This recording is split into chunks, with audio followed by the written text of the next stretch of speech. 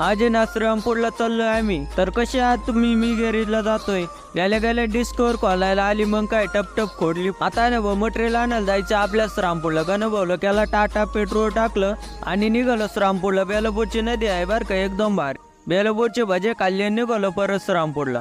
पहिलं काम आहे ना अण्णापाशी होतं.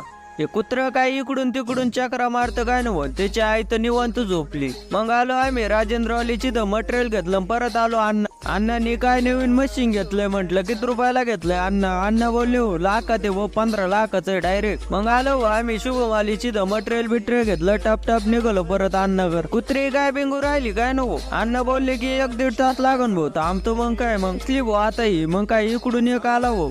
ह्यो तो भारी भाऊ. आता इतका बोर झालं भाऊ, डायरेक्ट झोपून घेतलं इथं. यांच्या चालू भाऊ मस्त गप्पा. अण्णाला म्हटलं चहा बी सांगा भाऊ. लगेच अण्णाने सांगितलं चहा आला, चहा घेतला. इकडे भाऊ गाडी पूर्ण पॅक केली होती.